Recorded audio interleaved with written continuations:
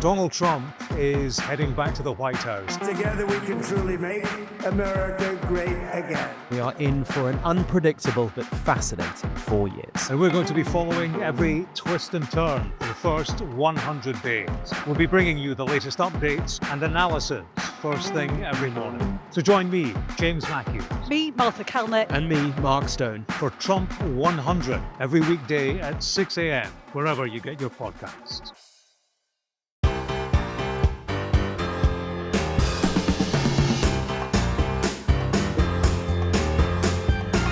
Hello and welcome to Electoral Dysfunction from Sky News with me, Beth Rigby. Me, Ruth Davidson. And me, Harriet Harman. And Beth, Yes. you went a bit dark this week.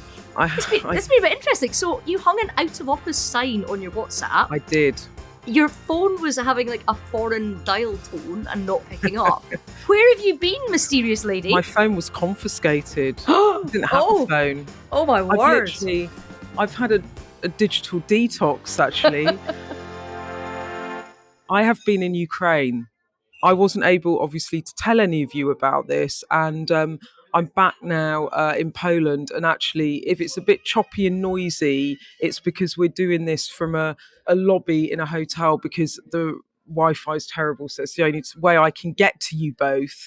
But yes, I've been in Ukraine. I'm sorry that my out of office went and you thought I'd taken a secret holiday and not told you, but it was sort of utter secrecy. So we came on Wednesday overnight with the Prime Minister, spent the day in Ukraine, and now it's Friday morning. I'm in Poland and I'm coming home. My word, so you went to Ukraine for a day. That's a heck of a trip. It is a trip because, well, Ruth, you've been, haven't you? I mean, it's a pretty long train ride in and out, that's for sure. But yeah, it's incredible because for security reasons, you can't take your devices to Ukraine. So I'm like, so I need a book, not a Kindle. I need a alarm clock. Do I need a torch? That was quite an experience. So the phone got left. It got the out of office. I disappeared because I was on a mission, basically, that no one could know about. And it feels like that because when you say it's a big old train ride kind of going in, like they've closed airspace. The airspace has been shut for 3 years because of the war. I don't know about the train that you got, but the one I got was about the size of a one-story house. Sits really high in the tracks, like a 1950s night train. And like you stop at the border, somebody comes on, they check like all your passports, whatever time of the day or night. There's like light discipline and all the rest of it. Like it's quite a palaver getting in and out. And on the train that I was on, they were advertising all the world leaders that had to take the train in because they weren't like letting flights in. So there was pictures of Boris Johnson and pictures of Macron, and the train operator is delighted. On the train? Yeah, on the train. There was posters of them on the we train had of everyone that had used it because they're very excited. There was a poster on the wall of the train with all the world leaders that had been on these trains getting in and out of Ukraine. There was Biden, there was Macron, there was Ursula von der Leyen, there was Trudeau. Now Keir Starmer will be there. They can put my mugshot on, but I'm not important enough. Well, actually, you are important. I mean, it's very important for the Prime Minister to be there, obviously at this pivotal time with Trump coming in. But it's important for you being there, Beth, to tell us where it's so important in terms of all the international alliances shifting with Trump coming in and us being out of the EU.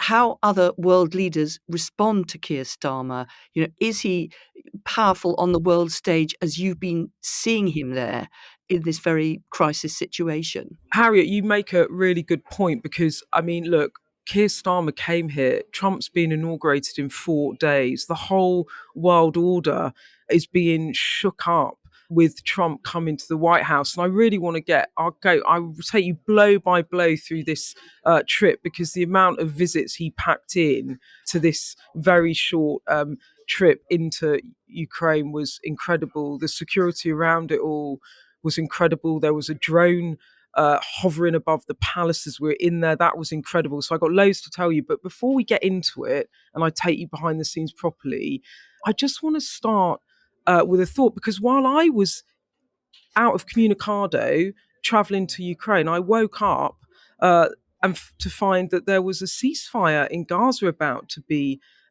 announced, rushed through perhaps ahead of Trump going into the White House. And I want to ask you both, foreign policy is changing, how we do business with our allies is changing. Are we in Trump world now? I mean, I know he's not president. I think so. I think that whether you like it or not, like Trump is making the international weather right now. It's not just that he's standing on stage and making pronouncements about things that are going to happen, about he's going to, annex Canada and make it a state, or take over Greenland, or seize the Panama Canal back from the Chinese.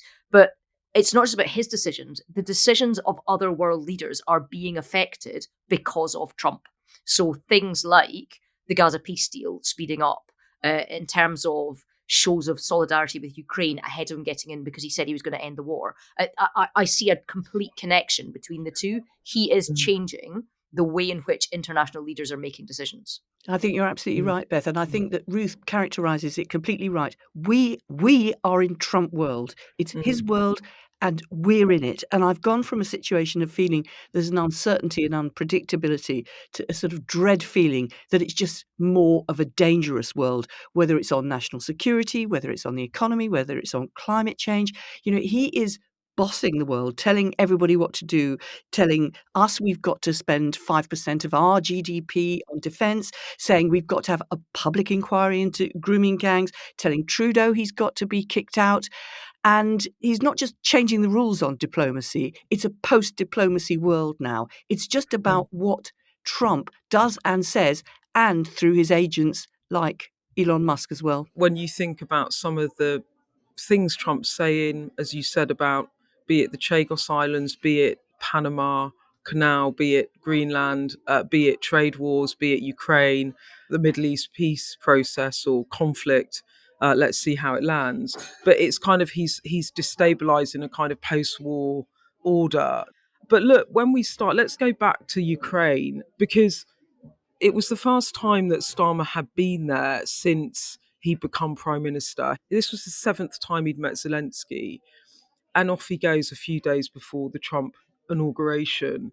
Trump's biggest foreign policy promise was to end the war in Ukraine in 24 hours. That's what he said during the election. Now, subsequently, his envoy to Ukraine has said that he wants to sort out some sort of settlement within 100 days. And it's just incredible the way in which discussion around Ukraine has shifted from how do allies support Zelensky in the war effort to beat Putin to how do they now negotiate the best peace deal that they can get for Ukraine. And the thing that was really significant in all of this for me was the way in which the mindset now has shifted from how do we support the war to how do we get, in the words of Starmer, a just and fair peace. I mean, the whole thing has changed. And I think there was an admission really in the way that Zelensky conducted himself on this trip when we were here of that. So I was there just over a year ago, and the country was exhausted. I went around quite a lot. I got down maybe about 14, 15 kilometres from the front line, down just south of Mykolaiv. I went to Odessa, which had been bombed about 12 hours before I got there. I'd been to Kyiv and Bucha and all the rest of it. So I moved around a lot and spoke to a lot of just normal people on the street, as well as politicians and all the rest of it. And the country felt exhausted then. But the sense was that while they were appreciative of their overseas allies, they were really angsty about the fact that, like you've said, you're going to give us the stuff, but we need it now. There was a real urgency about, if you give us it, we can finish this. They came into our country, they tried to take it, they tried to kill us, they tried to destroy what it is to be a Ukrainian and make us Russian. And, and we will not stand for this. We will fight it back. And we if you give us the tools, we can win. And there was a sense that they could win. And I really worry about the idea that the international community has just decided we're now going to sue for some peace, and that the absence of war is good enough, and the betrayal narrative that could exist in Ukraine now, if the rest of the world just decides, well, you don't get to win your war. He gets to invade your country. He gets to kill lots of your people. He gets to rape your women. All of that doesn't matter because we're a bit bored of your war now, and Trump's coming in. So we're just going to make sure that we go back to some form of recognised borders, and you don't matter. And Harriet, were you surprised when you saw not just me pop up there, but more importantly, when you saw the PM turn up? Look, he turned up to announce a century-long partnership with Ukraine. It was about strengthening security ties, social ties, cultural ties. There was stuff around increased security around the Baltic Sea and other seas. He also announced a little bit of new weaponry, a new air system. But really, it was much more symbolic than that. It was a prime minister trying, as Boris Johnson and Rishi Sunak had done before, to say that he was a steadfast supporter of Ukraine, that there were unbreakable bonds between our two nations, and that he was there for the long haul to support Ukraine. But inevitably, the talk and the questions I asked him in our interview, it was all about a peace deal and what does that look like. Were you surprised he popped up there, Harriet? Well, I think it was very significant because, in a way, it was a very big signal. Trump is taking over and saying the war's got to finish on whatever terms.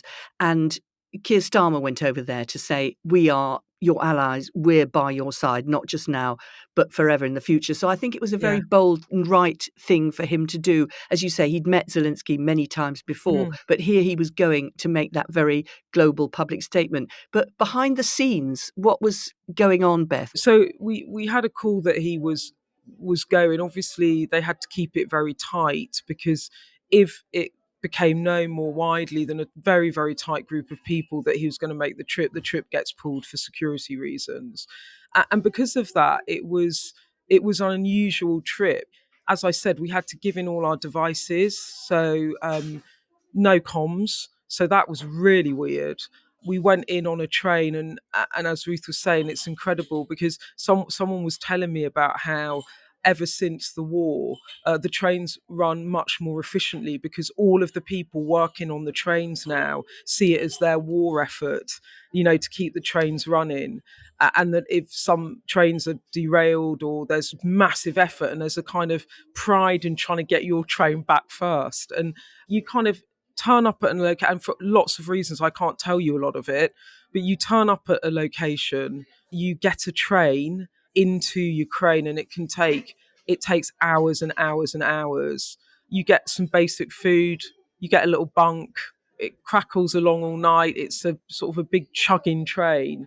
And then when you get there, what was interesting for me is because of security reasons, I can't report where the Prime Minister is until after he's left and Zelensky. So they'll do a press conference and we can record it, but we don't put it out until the two principals have left that location.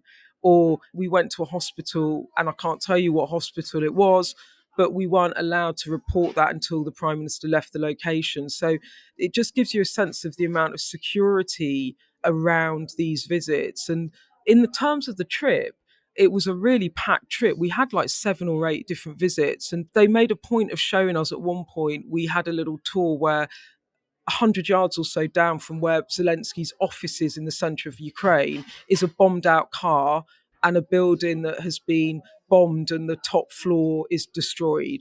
And they've kept it there, and they showed the Prime Minister it. And that happened on January the 1st. And the reason that they are showing him that is to reiterate to all of us that, yes, that Russia is not, completely destroying the center of Kyiv, but the threat that is ever present. I mean, that happened just 100 yards, as I said, from Zelensky's office.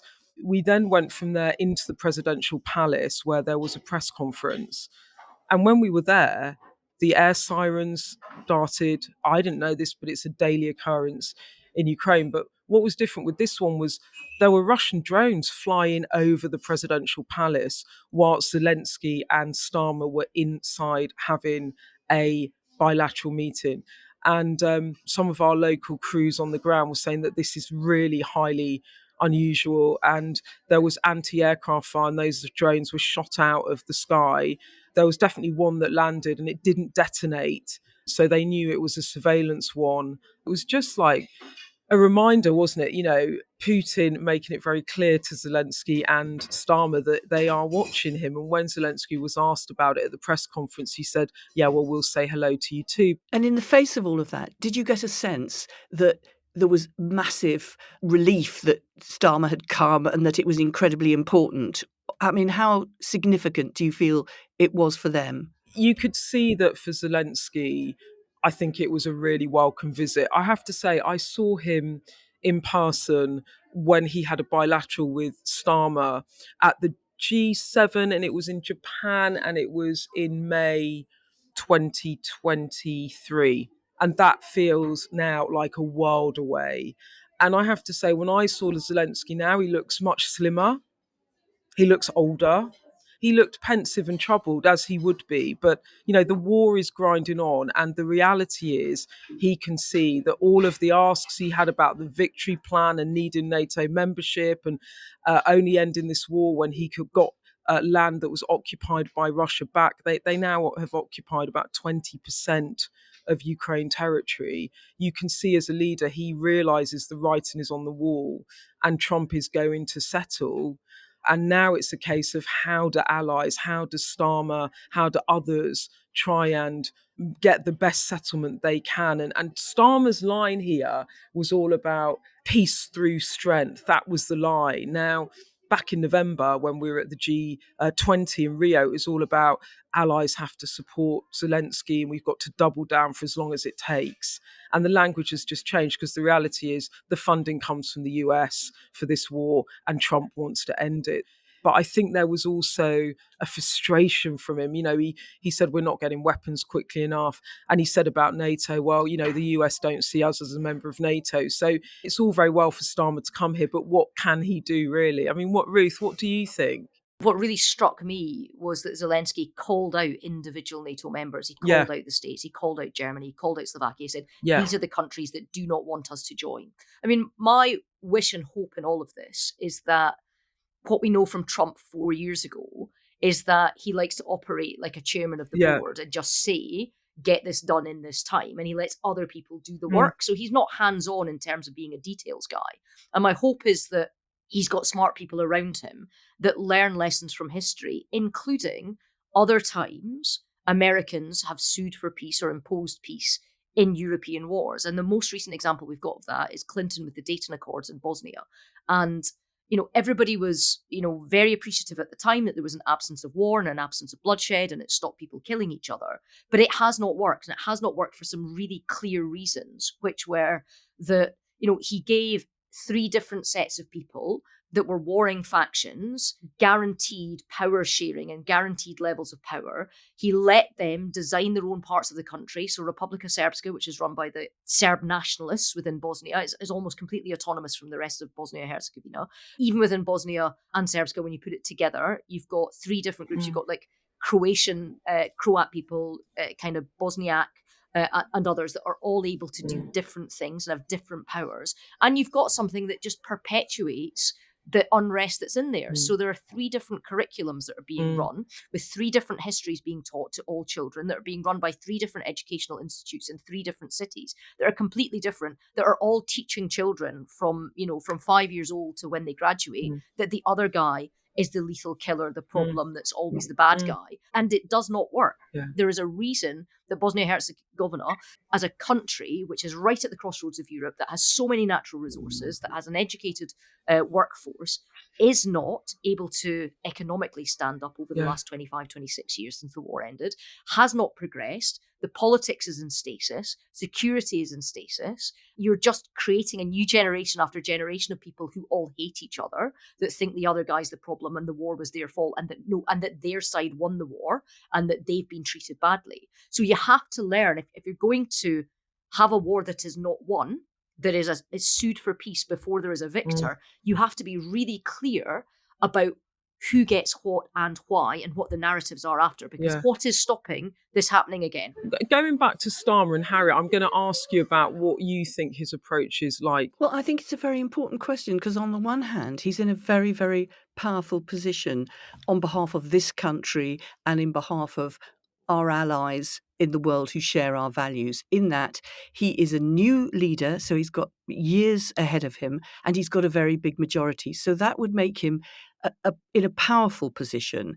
But it feels to me, with Trump behaving how he is, and with us out of the EU, we are much less powerful and less central than we've been in the past. And I was just thinking back to 2009, when Gordon Brown was Prime Minister and we had the G20, the London summit, and we had Obama there and we had Barroso, the President of the EU, we had the World Bank there as well as Canada and all the other European countries.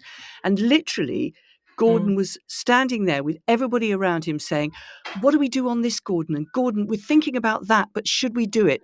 And you could physically see the centrality of this country Yeah. because of the stature of our leaders and because of our relationship with the US on one hand and our involvement in the EU on the other. You could see physically the centrality of the UK in the world. It feels so different from that now. With Trump coming in and with us out of the EU, I feel that despite Keir Starmer's immense qualities and the position of power he's in, I just wonder how you can be consequential in that situation. And it reminds me once again that we've got to do as much as we can to keep as good a possible relationship as we can with the US. But we have got to be closer to Europe because on our own, we just do not cut enough mustard. It has genuinely fascinated me about the new reality that allies are now openly discussing, and they have been discussing it in recent weeks, but the arrival of Trump in the White House has turbocharged it. Marco Rubio, his incoming Secretary of State, said, the war must end. It requires bold diplomacy and it involves concessions on both sides, both from the Russians and the Ukrainians.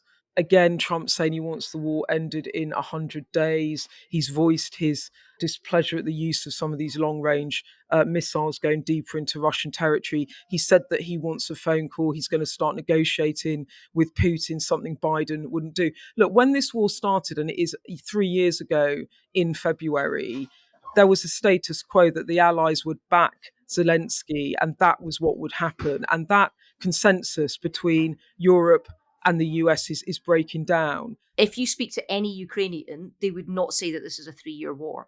They would all say that this started with the annexation of Crimea in 2014. It's an 11-year war, and that the West let them down 11 years ago. And this is why I'm worried about this betrayal narrative now. And now we're talking suddenly about British boots on the ground. And the reason for that is, oh my God, can you hear that? They're now hoovering. It's all right. We can still hear you, Beth. They're hoovering. We can still hear you. I mean, this is authentic at least. Going. Could you ask her to stop for 5 minutes? Sorry. We're just going to ask if she might stop for 5. Yeah. So thank you so much. God, so entitled, aren't we? But talking about boots on the ground, Trump's saying a European peacekeeping force, not with US soldiers, but a European peacekeeping force to police those borders. So point one, Starmer saying, Beth, I don't want to get ahead of myself, but, we've always led here.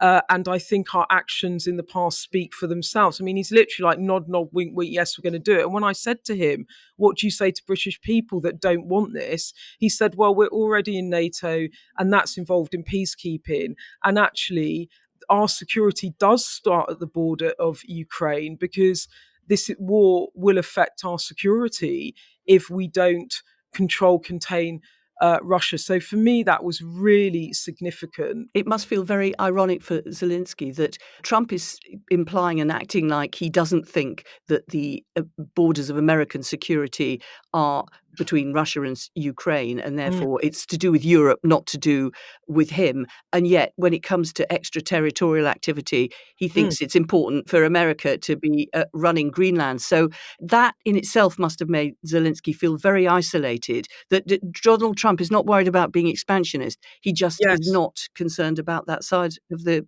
borders. But these security guarantees, what are they if it isn't NATO? What and that is all. Yeah, if Trump's not interested and Putin can't be trusted, what security does Ukraine have? Even after a peace, what security do they have? I think it's a bleak scenario, isn't it? All of this is up in the air. No one really knows because Trump's not in the White House. And this is what Zelensky is contending with, while also trying to implore allies to keep giving him the weapons he needs. And whatever you do and whatever Starmer does, you got Trump. And that really changes the game.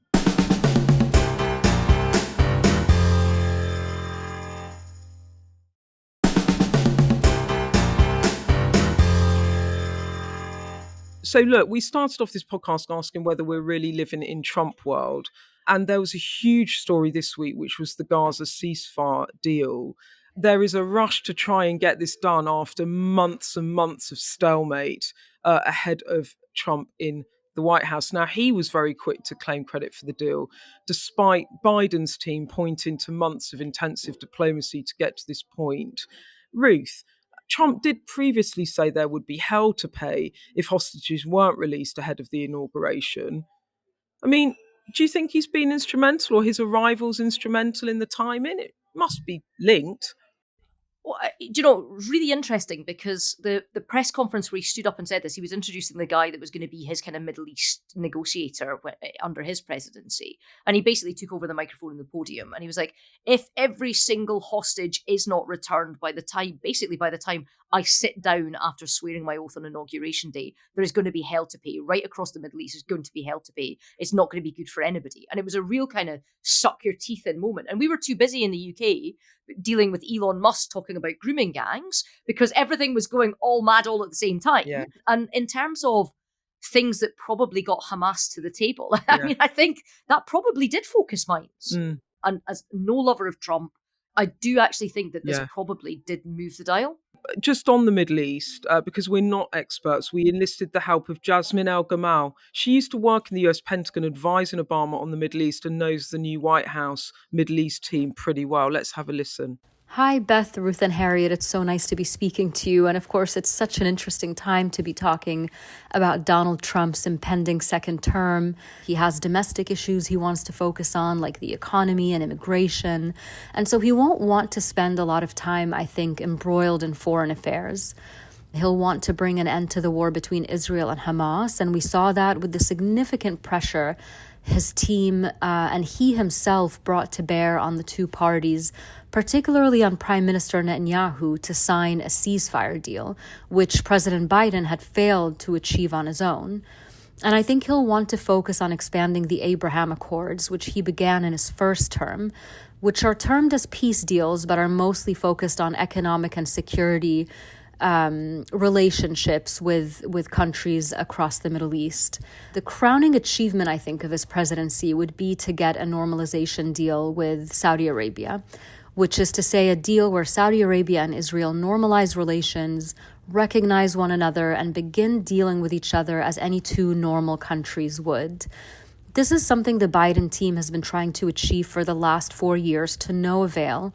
And after the October 7th Hamas attacks on Israel and the ensuing war on Gaza, Saudi Arabia has conditioned any normalization deal with Israel on a credible pathway to a Palestinian state and eventually an actual realization of a Palestinian state. So they're really serious about that. So what we have now is a Trump 2.0 with enormous influence. He knows his way around this time. He knows what he wants to do differently and how to maneuver his way around Washington. And according to people around him, he wants to leave behind a significant legacy. After listening to Jasmine, any more hopeful about Trump? Well, you've just got to be hopeful that that is the case. He has obviously been prepared to put massive pressure that Biden, for one reason or another, did not feel able to put on Netanyahu. And the narrative is now shifted. We're now talking about how we get via Saudi Arabia to the two-state solution with a Palestinian state and a secure Israel. And, if that's what Trump, does, then that is really, really important. But what a tragedy it has been and how many lives have been lost to get to this point. It's just heartbreaking. Part of the interview I did with Starmer, I wanted to ask him about the arrival for Trump and the way that is a new reality that throws up the pack of cards about the way we have done business with the US, not just for the past few years, but actually probably since the end of the Second World War. The kind of consensus between allies was that being ripped up in some of his actions. And what was so interesting about Starmer was he knew, in a way, I asked him all the difficult questions around Musk or Chagos or Ukraine, Gaza, and he just was so careful in how he just did not want to engage in this and was so respectful. Well, I think if it comes to Ukraine, we're working with the US on a daily basis, and we will continue to do so. We both envisage that, and that's clear from my conversation with President-elect Trump. We should pay tribute to the US for their role here and their future role here. In relation to the ceasefire in Gaza, that's something that is long overdue. We've been calling for a very, very long time. And rushed through just before Trump takes power. These negotiations have been going on for a very long time. I'm Very pleased that progress has been made, and I hope that we can go through the phases, or the proposed phases of the ceasefire, because this is hugely important for the hostages, hugely important for Palestinians who've suffered so much. And on the Chagos deal, you had agreed that with President Biden. Now it's on hold. Why? Well, the most important thing about the Chagos deal is to say the legality of the base was in doubt, and that's why it was important that we secured it, because that is a vital base. But President Trump wants you to look again, or he wants to have a look at it. Of course, and I think that's a perfectly reasonable thing, and it's basically agreed. But in the end, I mean, with the Chagos deal, it's really important not to lose sight of why it matters. This is a vital, vital base. And when I asked him about Musk, and I put to him the question about, this isn't just some guy wanging on. This is a guy that's he's an official in the Trump administration. Diplomatic, you have to raise it with Donald Trump. And he simply said, I'm used to challenges. I had a very good relationship with Trump. I had dinner with him in New York. He turned down the lights so that we could see the skyline. We got on really well. I mean, I know, Ruth, he just totally deflected. And then at the end of the interview, I said, what's Trump's greatest strengths? And he said, well, the fact he's come back. He talked about his resilience. And then I said, what about his weaknesses? And he said, I'm not going to answer something like that in an interview like that. And I thought, you know what? A lot of people at home will be really critical about that, because they'll think that you are kowtowing to Trump. But I think it's that he sees a new reality, and he's trying to be as pragmatic as he can to further UK interests. And that's, what he's doing. But it's going to be really interesting when he has his first big bilateral with Trump. And can he sway Trump at all? I mean, really, jury's out, isn't it? I mean, that is the new reality. So basically, the Trump administration can say, we need a new election in Britain so we can get rid of Starmer. He can say that about us, and we just have to be diplomatic and nice to him. Suck it up. And that might not have happened in the first Trump administration, but he's coming back for a second term, and he's more powerful. It's more consequential. Two things I would say is, in Keir Starmer's favour, Trump responds to strength. Yeah. Keir Starmer has a stonking majority and no internal challengers. When we were dealing with Trump before, and it was Theresa May, she just lost a majority. She couldn't command the House, and she had Boris Johnson, who was a bigger figure and more manly and more like alpha, nipping at her heels. That's something that Trump responds to. So it may be that there's a slightly better, or he starts off with better chance. But the scary thing for me is, Trump took 18 months the last time to fill all the different roles because he didn't know what he was doing. Now he does. And now he's got people around him, and he's already started before his inauguration. So these 4 years will go faster and harder than the last 4. Yeah, well, look, I want to carry on, but the Hoover's back up, and I got to somehow get home. So, look, it's a bit fly by the seat of my pants, but we did it, ladies. We did it. And we love to see your pants flying, My Beth. pants have been flying all around. Well, we look forward to seeing when you get back, Beth. All clean. I'll be clean, Harriet. I won't come and be all pongy with you after my Beth Rigby, the Great Unwashed this week. We wanted to thank you for all your lovely messages about our episodes last week.